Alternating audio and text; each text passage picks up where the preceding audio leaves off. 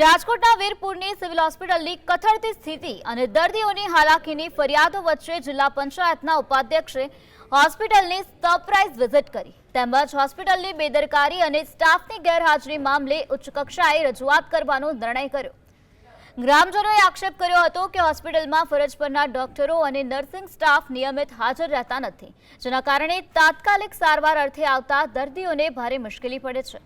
અગાઉ પણ મુલાકાત લઈ ચૂકેલા જિલ્લા પંચાયતના ઉપાધ્યક્ષે આ વખતે પણ વ્યવસ્થામાં ગંભીર ખામીઓ અને ઉણપો હોવાનું સ્વીકાર્યું હતું।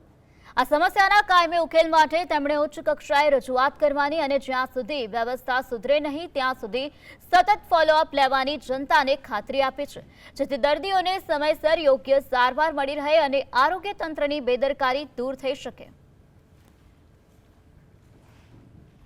અવારનવાર આથી ફરિયાદ આવતી હોય છે કે અમારી સિવિલની મુલાકાત લ્યો, તો આજે આની પહેલાં એક પણ હું મુલાકાત લઈ ગયો હતો અને આજ પાછું આવવાનું થયું। અત્યારે જોયું અમે થોડીક સ્થિતિ દેખાણી છે અમને, તો એનું જલ્દી નિરાકરણ થાય એવી ઉચ્ચ કક્ષાએ અમે રજૂઆત કરશું। અને ખામીઓ તો ઘણી બધી દેખાણી છે, પણ હવે અત્યારનો ટાઈમ છે, રિસેસનો ટાઈમ છે અને ઘણા એવી ફરિયાદ હોય છે કે ડૉક્ટર હાજર